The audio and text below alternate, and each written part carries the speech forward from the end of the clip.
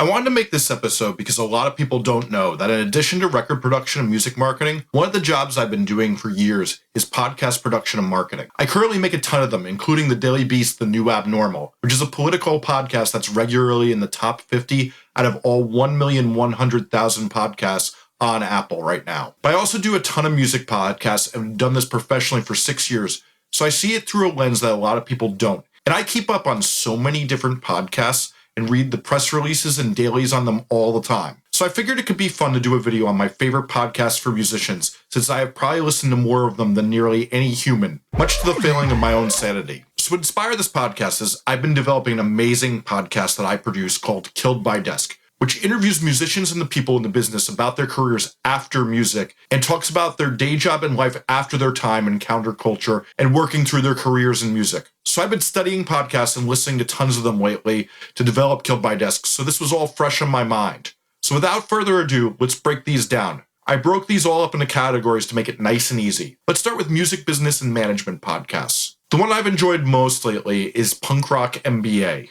If you love Finn's channel on YouTube, the Punk Rock MBA, you will love this interview series he does on this podcast. He talks to so many different creatives and people around music, and sometimes a bit outside of music, on their habits, processes, and journeys. And he really does an incredible job as an interviewer, getting to know conversations with people who are interviewed all the time, and he still finds something new and fresh to talk about with them. Next, Music Business Podcast constantly has some of the most interesting interviews with professionals about what goes on to breaking big artists on indie and major labels that are really making waves today. As well, very similar to that is Music Business Worldwide, which does similar and occasionally has great interviews. I also love the podcast How Did You Manage That, which goes into how managers traverse their job in the music business and talks to some of the biggest names in the game. I also love Your Band Sucks, which is much more geared to DIY musicians, and has some great episodes, including this one on automation that I really loved last week. I will also be totally shameless and plug one called Landed, which I developed for Atlantic and Elektra Records,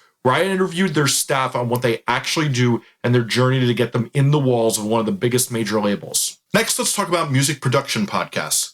The Tape Op podcast is absolutely amazing, with long-form interviews with some of the same type of people they cover in the magazine, and the interviews are always really well done. As someone who wrote for Tape Op for a long time and has been reading since single-digit issues, I look forward to every episode since I know they will be insanely well done. Next is the URM Academy podcast. This is personally my favorite production podcast. Eyal is a master interviewer, and if he has someone on, you will hear a conversation with them that you won't hear anywhere else. I also love Best Friends with Sam Pura, and while that can sound like not much of a music podcast, Sam is an incredible producer, and he's actually the guest on my podcast, Noise Creators, next week in an episode with the group 100th who he produced, which will also be posted on this YouTube channel. Sam interviews some of the best producers, songwriters, and musicians in the game, and he always has great long-form podcasts on what makes them tick. Then there's Hanging with Audiophiles, where Jamie Liddell, who's an amazing producer in his own right, not only starts off every episode with a sonic experiment, but conducts really interesting interviews. I also enjoy Working Class Audio, which talks a lot more about lifestyle than production, and Recording Studio Rockstars, which gets great details on producers' processes. As well, if you're into mastering like me,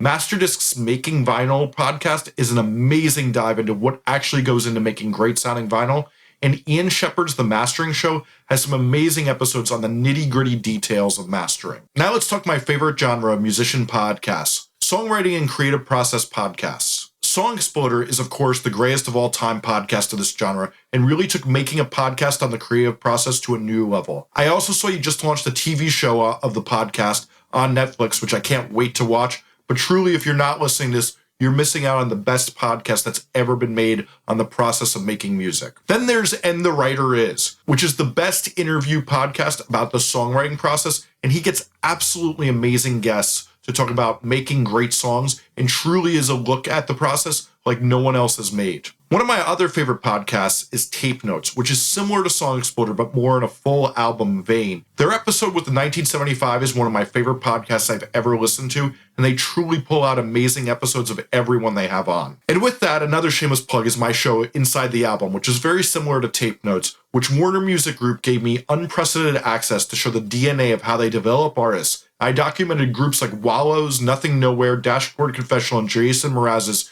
creative process, while talking to the people they worked with at the label and talked about how the records actually got made for real and what a label's involvement is in making an amazing record. Then there's Switched on Pop, which has had discussions on how pop music is changing for the past few years that can be insanely enlightening for musicians, and they can be both surface or super in the weeds, but it's always enjoyable no matter what they do. I really love this podcast. Some of the best conversations you will hear on music will come by listening to Talkhouse, which has two different creators talk to one another about creating, and they have super big names on at times, onto small names very regularly. And then, of course, there's Rick Rubin and Malcolm Gladwell's podcast, Broken Record, where they talk to some of the biggest names in music on how they make great music. Truly, some of the best podcasts I've heard recently have been Rick Rubin talking to Kevin Parker of Tame Impala and his interview with the Andre 3000 on this podcast. In the future, I'll make a video on some of the best interview and music commentary podcasts, as well as some of the best long-form audio essay podcasts I love.